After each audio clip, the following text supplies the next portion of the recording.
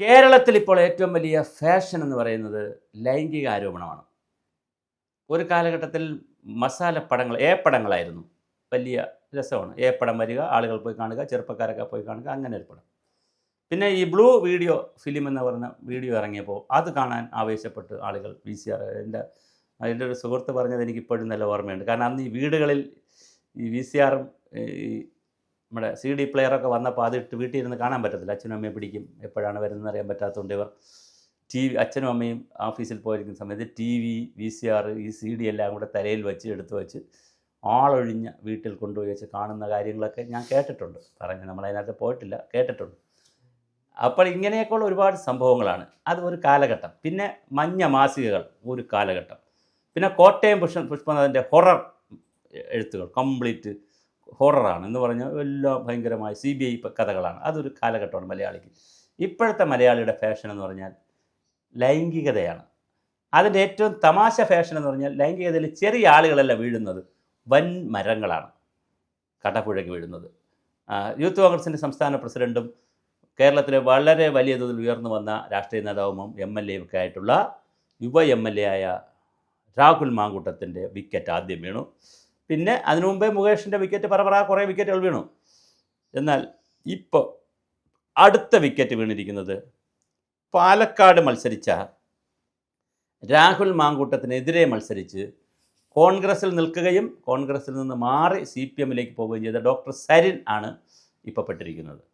അതിനെ പ്രതിരോധിക്കാൻ ഡോക്ടർ സരിനും ഡോക്ടറിൻ്റെ ഭാര്യ ഡോക്ടർ സൗമ്യയും രംഗത്തുണ്ടെങ്കിലും വിടാതെ പിടിച്ചിരിക്കുകയാണ് രാഗാരഞ്ജിനി എന്ന ട്രാൻസ്ജെൻഡറിൽപ്പെട്ട രാഗാരഞ്ജിനി. കാസർഗോഡ് വെച്ച് വന്നപ്പോൾ ഈ ഡോക്ടർ സരിൻ വിളിച്ച കാര്യം ഞാൻ നമ്മുടെ ചാനൽ വഴി പറയുന്നില്ല. കാര്യം അശ്ലീലം നാട്ടിലായി എന്ന് വിചാരിച്ച് ചാനലിൽ അശ്ലീലം ആവേണ്ട കാര്യമില്ല. അതുകൊണ്ട് ആ വാക്ക് ഞാൻ ഉപയോഗിക്കുന്നില്ല. എന്തായാലും ട്രാൻസ്ജെൻഡറിനെ എന്തോ കാര്യത്തിന് വിളിച്ചു ആ വിമണ് എന്ന് അവർ അവകാശപ്പെടുന്നു. ഇത് വലിയ സോഷ്യൽ മീഡിയയിൽ വലിയ തരംഗമാണ്.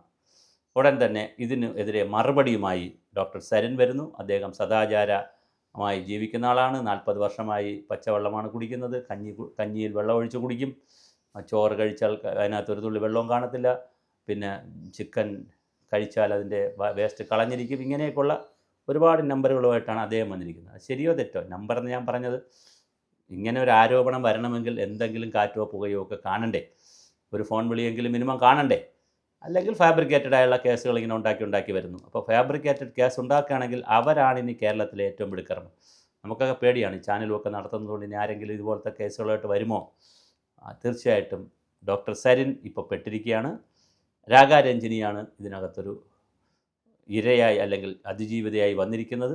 അവർ ശക്തമായി ഫേസ്ബുക്ക് പോസ്റ്റുമായി വരുന്നുണ്ട്. ഓരോന്നിനും ഡോക്ടർ സൗമ്യ, സരിൻ്റെ ഭാര്യ ഡോക്ടർ സൗമ്യ പറയുന്നതിനും സരിൻ പറയുന്നതിനും മറുപടിയായി രാഗാരഞ്ജിനി വന്നുകൊണ്ടിരിക്കുന്നു. ഇതൊരു ഹോട്ട് ന്യൂസായി ഇപ്പോൾ കേരളത്തിൽ കറങ്ങുകയാണ്. അപ്പോൾ അടുത്ത വിക്കറ്റ് പാലക്കാട്ട് മത്സരിച്ച 2 പേർ, ഇനി BJPയിൽ മത്സരിച്ച കൃഷ്ണകുമാർ, 3 വന്നല്ലോ. അപ്പോൾ പാലക്കാട് ഇതിൻ്റെ ഒരു ഹബ്ബായി മാറിക്കൊണ്ടിരിക്കുന്നു. കൃഷ്ണകുമാർ ചതിച്ചു, BJPയിലെ കൃഷ്ണകുമാർ ചതിച്ചു, വഞ്ചിച്ചു, മർദ്ദിച്ചു എന്നൊക്കെ പറഞ്ഞ് രാജീവ് ചന്ദ്രശേഖരന് കേസ് പോയി. അപ്പോൾ നമ്മളെപ്പോലുള്ള ചാനലുകൾ ഇങ്ങനെ വേഴാമ്പലിനെ കൊണ്ട് കാത്തിരിക്കുകയായിരുന്നു. സരിനെ കുറിച്ചൊന്നും വന്നില്ലല്ലോ എന്നിങ്ങനെ സങ്കടപ്പെട്ടിരിക്കുന്നു. എല്ലാവരും സങ്കടവും തീർന്നു കാണുമെന്ന് വിചാരിക്കുന്നു. അപ്പോൾ രാഹുൽ മാങ്കൂട്ടത്തിന് ഔട്ട്. പിന്നെ C കൃഷ്ണകുമാർ എയറിൽ, സരിൻ അടുത്ത് ബാറ്റ് ചെയ്തുകൊണ്ടിരിക്കുന്നു. എപ്പോഴാണ് ഔട്ടാവുക എന്നറിയില്ല. സരിൻ്റെ വിക്കറ്റ് വീഴുമോ, സരിൻ വാഴുമോ, ഡോക്ടർ സൗമ്യയ്ക്കും സരിനും കൂടി ഇത് പ്രതിരോധിച്ചെടുക്കാൻ കഴിയുമോ, അതോ അടുത്ത് സരിനിപ്പോൾ വലിയ പോസ്റ്റൊന്നുമില്ല, അതുകൊണ്ട് MLA ഒന്നുമല്ല, എന്നാൽ പോലും രാഷ്ട്രീയ ഭാവിയുള്ള ചെറുപ്പക്കാരനാണ്.